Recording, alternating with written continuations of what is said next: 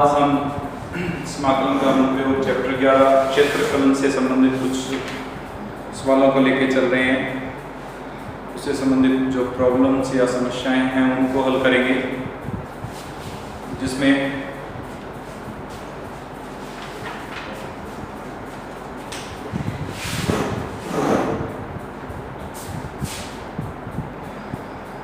तो सबसे पहले इसमें समाकलन के अनुप्रयोग में क्षेत्रफलन है हमारे पास। इसका उपयोग कैसे करें समाकलन का। मान लीजिए हमें एक वक्र दे दिया जाए, एक्स एक्स और वाई एक्स के अंदर परिभाषित है इस प्रकार से। इस वक्र का इस x बराबर a से लेकर और x बराबर b तक का अगर क्षेत्र ज्ञात करना हो, क्षेत्रफल ज्ञात करना हो, तो उसे क्षेत्रफलन कहेंगे। उस आकलन को, उस गणना को हम क्षेत्रफलन कहते हैं, जिसके अंदर x बराबर a से लेकर x बराबर b तक के भाग का हमें क्षेत्रफल ज्ञात करना है। इसके लिए हम क्या करते हैं, इसमें कुछ आयताकार पट्टिकाएं मान ली जाती हैं। मान लो एक आयताकार पट्टिका ये बन गई, इसी प्रकार एक और आयताकार पट्टिका ये बन गई। इन सभी आयताकार पट्टिकाओं की चौड़ाई dx और ऊंचाई जो है वो y मान के चलते हैं, और ये लेके चलते हैं कि इस प्रकार की जो आयताकार पट्टिकाएं बन रही हैं उन सभी का क्षेत्रफल समान है। अगर उन सभी का क्षेत्रफल समान है तो इस प्रकार की x बराबर a से x बराबर b तक अनंत हमारे पास आयताकार पट्टिकाएं बनेंगी, और इन सब का जोड़ ही समाकलन को व्यक्त करता है। हमारा समाकलन जो परिभाषा थी वो था छोटे छोटे खंडों को इकट्ठा करके बड़ा टुकड़ा बनाना या जोड़ना, समाकलन कहलाता है। समाकलन का जो साइन था वो भी हमारे पास इस साइन से बना है, जिसको हम S कह सकते हैं, S शेप में है, जो सम से लिया गया है। तो हम यहाँ पे क्या कर रहे हैं, छोटे छोटे टुकड़े जो बने हुए थे उन सबको इकट्ठा करके जोड़ रहे हैं। उस जोड़ने को या तो हम सिग्मा से व्यक्त किया करते थे। सिग्मा ये साइन था आपके पास, वो निश्चित था कि कहां से कहां तक पदों को हमें जोड़ना है या कितने संख्याओं को जोड़ना है। लेकिन यहाँ अनंत हमारे पास अनंत पट्टिकाएं बन रही है, हमें निश्चित नहीं पता कि कितनी आयताकार पट्टिकाएं इस प्रकार की बनेगी।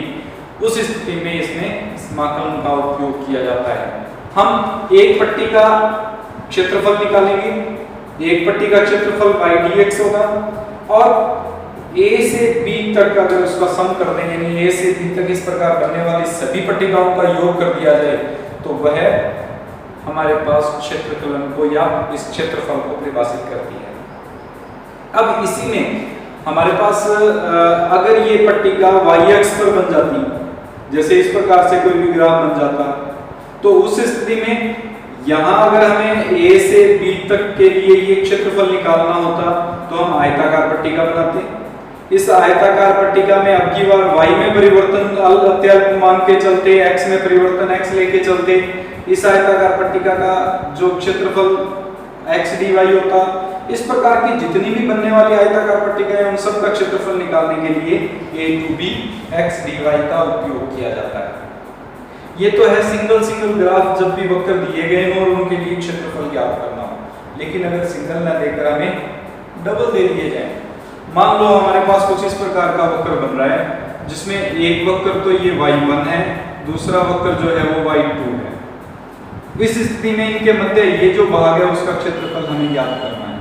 ये वही हमारे पास x बराबर a से x बराबर b तक का भाग हमें ज्ञात करना है। तो हम क्या करेंगे, पहले y1 बड़ा क्षेत्र, बड़े क्षेत्र का मतलब इसके नीचे का सारा क्षेत्र निकालेंगे, y2 इसके नीचे का क्षेत्रफल हम निकालेंगे, दोनों को घटा देंगे, उत्तर आ जाएगा। तो इसके लिए हमारे पास ये नियम रहेगा a to b तक y1 माइनस y2 dx। अब वो वक्र बनाने हैं और वक्र के अनुसार उसको परिभाषित करना है। एक बात ये याद रखना है कि अगर ये x की धनात्मक दिशा या y की धनात्मक दिशा में आयताकार पट्टिका बना के क्षेत्रफल निकालते हैं तो हमेशा पॉजिटिव आएगा ही आएगा हमारे पास। अगर नीचे की साइड में लेके चल रहे हैं तो नीचे की साइड में उसको या तो माइनस चिन्ह से व्यक्त कीजिए या मापांक लगा के लिखिए, क्योंकि उस स्थिति में उसका जो भी क्षेत्रफल आएगा वो माइनस में आएगा, उसको प्लस में बनाना पड़ेगा।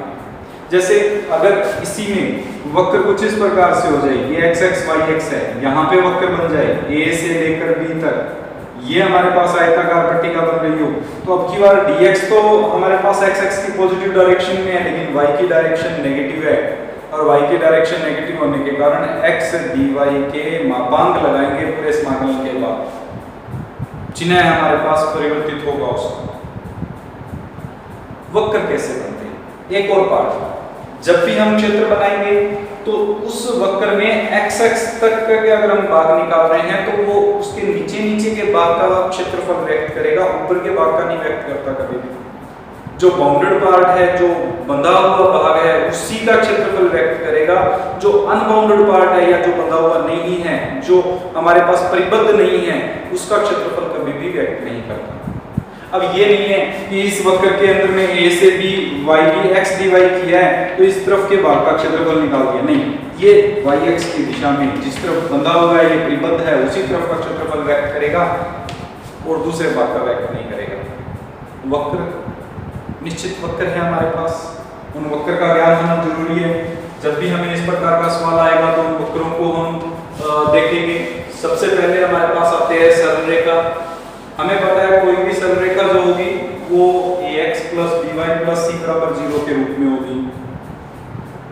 अगर ax plus by plus c के रूप में कोई भी समीकरण आपको प्राप्त हो जाए तो वो एक सरल रेखा की समीकरण है, और इस सरल रेखा के समीकरण को निश्चित है हमें बनाना आता है। 10वीं क्लास से 9वीं क्लास से हम पढ़ते आ रहे हैं लगातार कि किसी भी सरल रेखा को किस प्रकार से किसी ग्राफ पर प्रतिचित्रित किया जा सकता है। x का मान 0 रख के y का मान निकाल लेते हैं, y का मान 0 रख के x का मान निकाल लेते हैं, और उससे दो बिंदु आने के बाद में एक ग्राफ, एक डायग्राम एक सरल रेखा का बनाया जा सकता है। इसमें निश्चित है कि x और y दोनों के गुणांक यानी जो घातांक है वो एक एक आएंगे, तभी वह सरल रेखा है।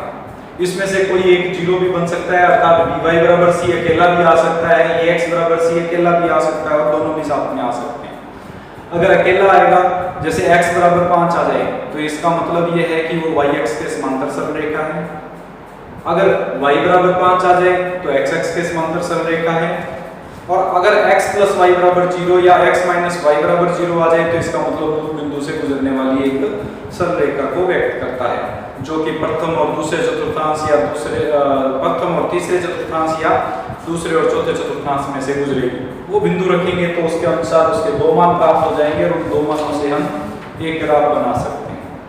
उसके बाद में आता है हमारे पास वृत्त। वृत्त की समीकरण आपने पढ़ी हुई है, x माइनस एच का square plus y minus k का square is equal to r square. यहाँ h कोमा k केंद्र होता है, r उसकी त्रिज्या होती है। इसका एक रूप ये भी होता है x square plus y square plus 2gx plus 2fy plus c बराबर 0। इसके अंदर जो केंद्र होता है वो minus g comma minus f होता है, और त्रिज्या under root of g square plus f square minus c के रूप में हम ज्ञात करते हैं। इस त्रिज्या और केंद्र आने के बाद में वक्र को बनाया जा सकता है, ग्राफ को बनाया जा सकता है। जैसे आपके पास अगर ये समीकरण आ जाए x square plus y square plus 8x plus 4 बराबर 0, हमने कोई भी एक छोटा सा उदाहरण लेके चल रहे हैं, तो उस स्थिति में इसका केंद्र जो होगा वो हमारे पास आ जाएगा 4,0 माइनस 4,0, और त्रिज्या जो आएगी वो आ जाएगी अंडर रूट ऑफ 4 चौके 16 माइनस 4 यानी अंडर रूट 12 आ जाएगी। अंडर रूट 12 के बाद में जब ग्राफ बनाएंगे माइनस 4,0 पर, तो इसका ये पार्ट आ गया, ये बन जाएगा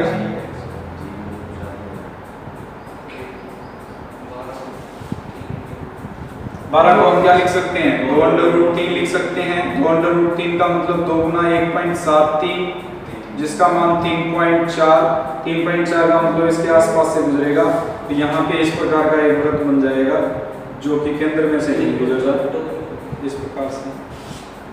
वो वृत्त बनाएंगे कैसे, वो इस पर निर्भर करेगा। पहले केंद्र और त्रिज्या निकालेंगे, उसके अनुसार परिभाषित किया जाएगा।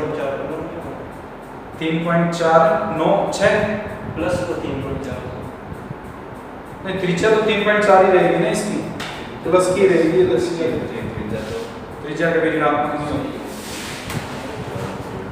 ये मान माइनस में आ रहा है, केंद्र माइनस में आ रहा है, बाकी त्रिज्या हमेशा धनात्मक ही रहेगी, ऋणात्मक नहीं लिया जा सकता।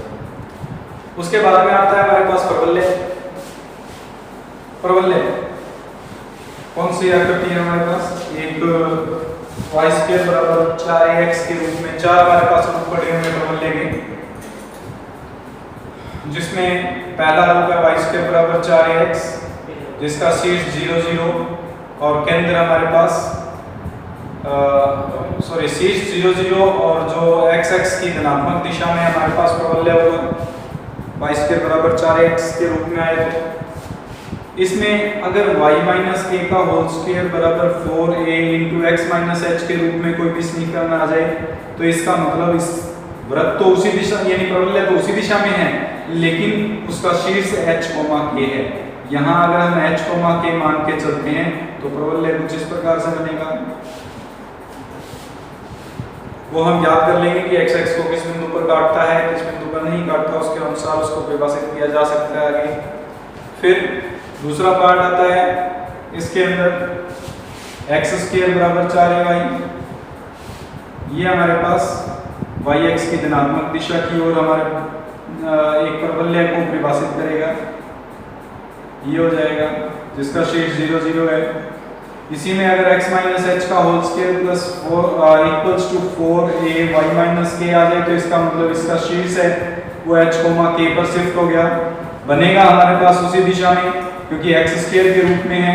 ये हमारे पास प्रबल्य बनेगा जिसका शीर्ष h k होगा, ये x x है, ये y x है, ये x डैश x है, ये y डैश x है। फिर हमारे पास आता है y स्क्वायर माइनस 4ax, ये हमारे पास x x की ऋणात्मक दिशा में शीर्ष 0 0। ये निश्चित हमें करना पड़ेगा कि कौन सी तरफ शीर्ष बन रहा है और कौन सी तरफ हमारे पास यानी शीर्ष कहाँ है और किस दिशा में बन रहा है। अगर y स्क्वायर बराबर माइनस 4ax रूप में हो तो x x की ऋणात्मक दिशा में, और इसी में इसका शीर्ष बदल जाएगा अगर y माइनस k का होल स्क्वायर बराबर minus 4a into x minus h का होल स्क्वायर आ जाए। अब वो इसका शीर्ष बदलने का मतलब है कि दिशा तो यही रहेगी इसकी, सिर्फ शीर्ष बदल जाएगा। वो शीर्ष जहाँ पे भी आएगा उस पर, अगर यहाँ पे आता है वो शीर्ष तो इस तरह से बन जाएगा, यहाँ पे आता है तो इस तरह से, यानी डायरेक्शन प्रबल्य की इस तरफ ही रहेगी। ये रूप इस रूप का ही हमारे पास समीकरण है, सिर्फ शीर्ष बदल गया, शीर्ष जहाँ पे भी आ रहा है वहां से हमारे पास, मान लो इसमें शीर्ष जो है वो दोनों धनात्मक आते हैं, मान लो यहाँ पे हमारे पास शीर्ष आ रहा है h k, तो इस स्थिति में ये जो प्रबल्य बनेगा वो कुछ इस प्रकार से बन जाएगा। वो 0 0 से गुजरता है या नहीं गुजरता वो थोड़ा बहुत जांच की जा सकती है। x का मान 0 रख के देखेंगे, y का मान भी 0 प्राप्त होता है तो मूल बिंदु से गुजरेगा, नहीं तो नहीं गुजरेगा, उसके अनुसार प्रबल्य को बनाया जा सकता है। वो नहीं h और k पर निर्भर करेगा। अगर h और k धनात्मक है तो इधर आएगा, h k ऋणात्मक है तो इधर आएगा, h धनात्मक और k ऋणात्मक है तो यहाँ आ जाएगा। वो चतुर्थांश है, चतुर्थांश के अनुसार किसी भी प्रबल्य की दिशा यही रहेगी क्योंकि y स्क्वायर बराबर माइनस 4ax के रूप में समीकरण है। और इसमें एक और बच जाती है x स्क्वायर बराबर माइनस 4ay, x की y x की ऋणात्मक दिशा में। वही हमारे पास सेम कंडीशन है इसमें भी, अगर इसका शीर्ष बदल जाए x माइनस h का square is equal to minus 4a into y minus k के रूप में प्राप्त हो जाता है, तो उस स्थिति में शीर्ष बदल जाएगा, डायरेक्शन सेम रहेगी x स्क्वायर माइनस 4ay के रूप में। यानी x का स्क्वायर हो, प्रबल्य की आकृति बन रही है और माइनस 4ay है तो नीचे की ओर, प्लस 4ay है तो ऊपर की ओर y x के धनात्मक दिशा में। y स्क्वायर दिया हुआ है, x a की घात में है तो x x की धनात्मक दिशा में, अगर प्लस का है माइनस का है तो ऋणात्मक दिशा में चलेगा। ये हमारे पास प्रबल्य की आकृति के लिए है। प्रबल्य के बाद में आता है हमारे पास दीर्घवृत्त। दीर्घवृत्त सिंपल सी एक आकृति x स्क्वायर बटे a square plus y square बटे b स्क्वायर बराबर 1 के रूप में परिभाषित होती है।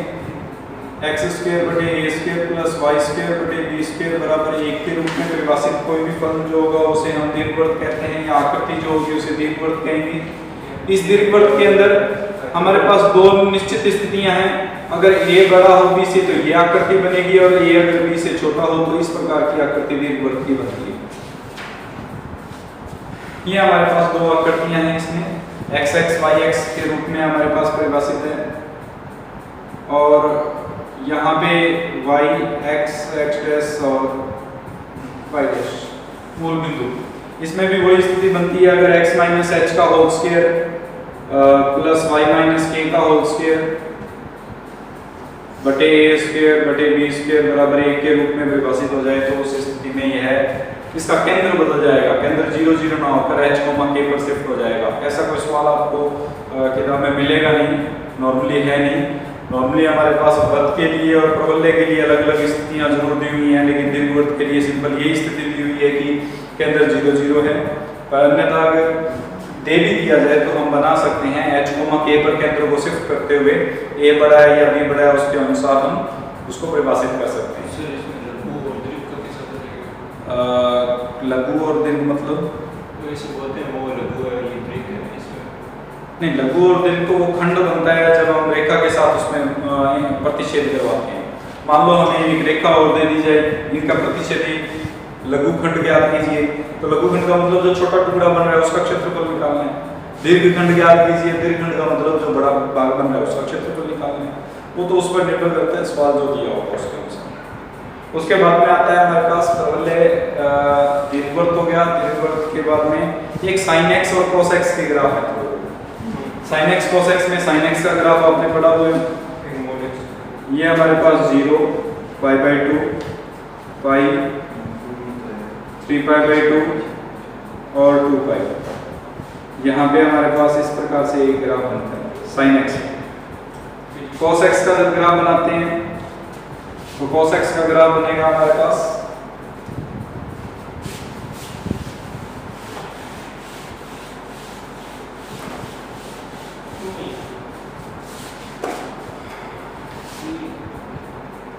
cos x में सिर्फ इतना ही है कि यहाँ 0 से स्टार्ट होते हुए तो 1 से स्टार्ट होगा, पाई बाई 2 पर 0 होता है, पाई पर -1 होता है, 3 पाई बाई 2 पर। वैसे इसके है नहीं, शायद एक अगर सवाल हो तो वो ये हमारे पास ग्राफ बनता है -पाई बाई 2 पर इसकी वैल्यू जो आएगी वो फिर से 0 आएगी। इस प्रकार से एक ग्राफ हमारे पास cos x का प्राप्त होता है। हाईएस्ट वैल्यू +1 और लोएस्ट वैल्यू -1 आती है। मापांक x है, मापांक x के ग्राफ, अगर मापांक x है तो इसका ग्राफ मूल बिंदु से गुजरता हुआ इस तरह से बनेगा। इस रेखा को y बराबर x और इस रेखा को y बराबर -x लिखा जाता है, y बराबर मापांक x के लिए। और अगर y बराबर मापांक x -1 आ जाए तो इसके लिए जब ग्राफ बनेगा तो 1 पर जाता हुआ इस प्रकार से दो रेखाएं बनेंगी, वी शेप भी बनेगा इसमें हमेशा। अगर x -1 है तो 1 पर, x +1 है तो -1 पर। ये जो रेखा होगी वो y बराबर -x + 1 को x -1 को व्यक्त करेगी, और ये जो रेखा होगी वो हमेशा -x + 1 को व्यक्त करेगी। एक धनात्मक दिशा में जो जा रही है वो तो एज इट इज लिख दिया जाता है मापांक हटा के, और जो ऋणात्मक दिशा में जा रही है x के उसके हम चिन्ह बदल के लिखते हैं दोनों के।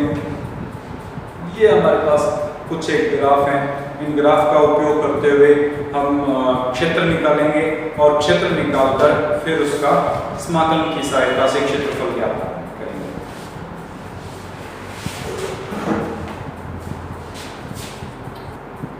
तो पांचवें उदाहरण में हमें ये ज्ञात करना है कि x² बटे a² + y² बटे b² बराबर 1 तथा x बराबर a और x बराबर 0 से घिरे क्षेत्र का क्षेत्रफल ज्ञात कीजिए। इसके अंदर ये दीर्घवृत्त है, जब उसमें ये ना दिया गया हो कि a बड़ा है या b बड़ा है तो हम कोई भी अपनी मर्जी से ले सकते हैं दोनों में से। इस स्थिति में x बराबर 0, ये हमेशा ये लाइन होती है x बराबर 0 की, x बराबर ae, x बराबर ae यहाँ पे हमारे पास कोई भी एक बिंदु या एक रेखा बन जाएगी, क्योंकि सरल रेखा को परिभाषित करता है x बराबर ae। मैंने पहले ही बताया था कि अगर x बराबर कोई मान दे दिया जाए तो y x के समांतर एक सरल रेखा बनती है। इनसे परिबद्ध इस भाग का क्षेत्रफल हमें ज्ञात करना है। इस भाग का क्षेत्रफल निकालने के लिए ये हमेशा सिमेट्रिक बनेगा, एक सममित आकृति बनेगी। एक भाग का निकाल के अगर दुगना कर देंगे तो पूरे भाग का क्षेत्रफल आ जाएगा O A B C। इसके अंदर हम एक आयताकार पट्टिका इसमें बनेगी, ये हमारे पास dx बन जाएगा और ये जो है हमारे पास वो y बन जाएगा। तो हमारे पास छायांकित भाग का क्षेत्रफल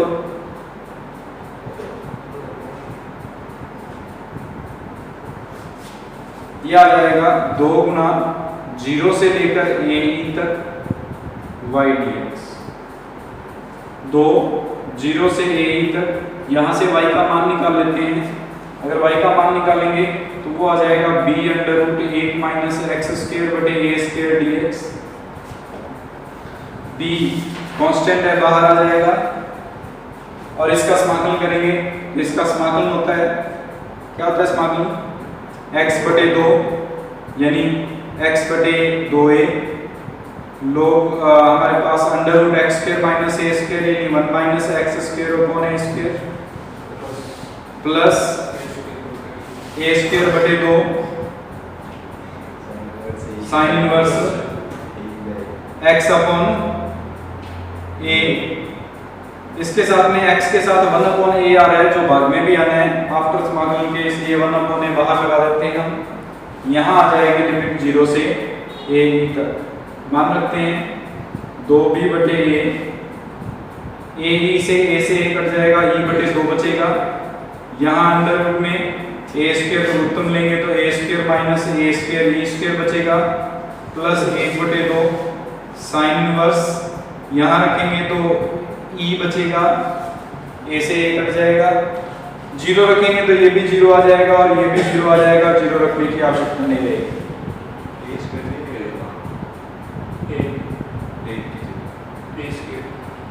कहाँ? नहीं, a स्क्वायर 1 है, 1 बटे 2 है। हल करते हैं इसको, ये बन जाएगा 2b बटे a, 2 कॉमन आगे कट रहा है, काट देंगे, b बटे a बचेगा। e बटे इसमें से a स्क्वायर में से बाहर आएगा तो a बच जाएगा, e बटे a हो जाएगा। यहाँ a स्क्वायर कॉमन ले लें तो 1 माइनस e स्क्वायर, और हमें पता है a square into 1 minus e square जो है वो b स्क्वायर के इक्वल है, इसलिए यहाँ पे b बच जाएगा। वहाँ पे आएगा सर a स्क्वायर पे sin inverse x by a square. अब भी आएगा इसके x बाय a वो नहीं होएगा फिर वो। ये तो बार में करेंगे।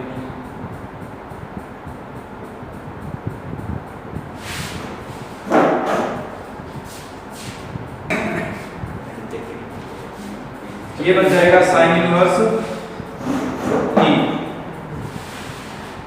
इसको हल कर लीजिए, आपके पास आंसर आ जाएगा जो है e b square upon a square plus b upon a sine inverse e।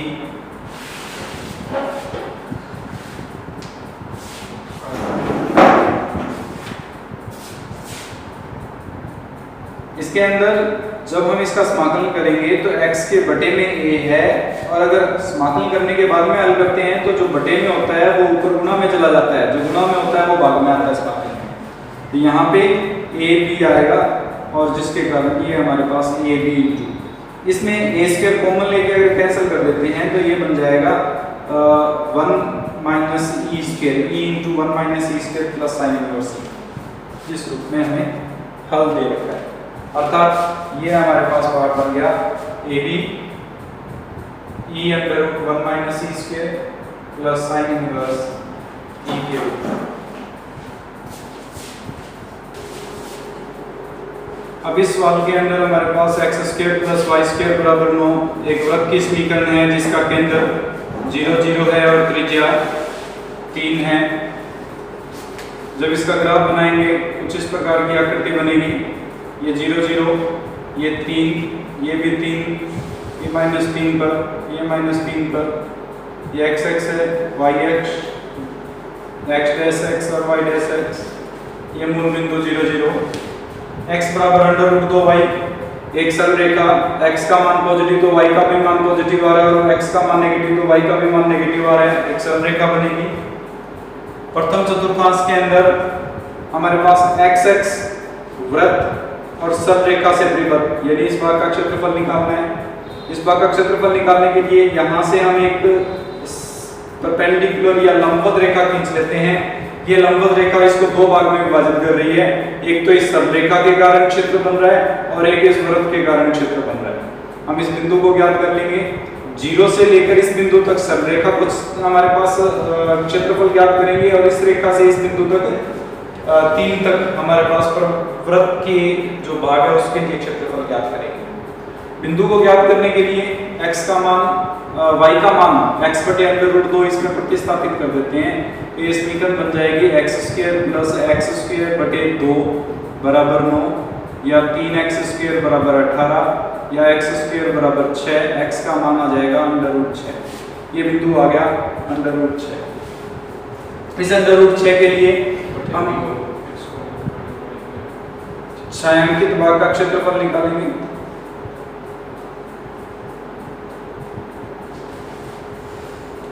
y का मान रखा था हमने x बटे अंडर रूट 2, वर्क करेंगे तो x स्क्वायर बटे 2 हो जाएगा, 2 तो तुम लेने पर 3x स्क्वायर, 9 दूनी 18, x का मान अंडर रूट 6। हमारे पास ये हो जाएगा 0 से लेकर अंडर रूट 6 तक y लाइन सरलरेखा प्लस अंडर रूट 6 से लेकर 3 तक y सर्कल dx।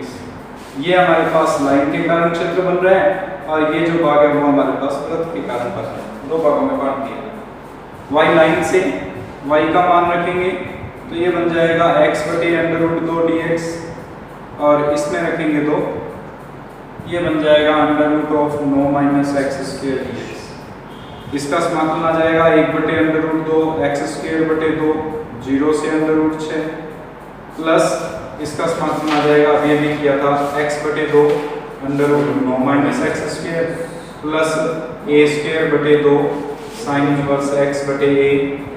इसके अंदर लिमिट रख देना अंडर रूट 6 से लेकर 3 तक और इसमें 0 से अंडर रूट 6 तक हल हो जाएगा।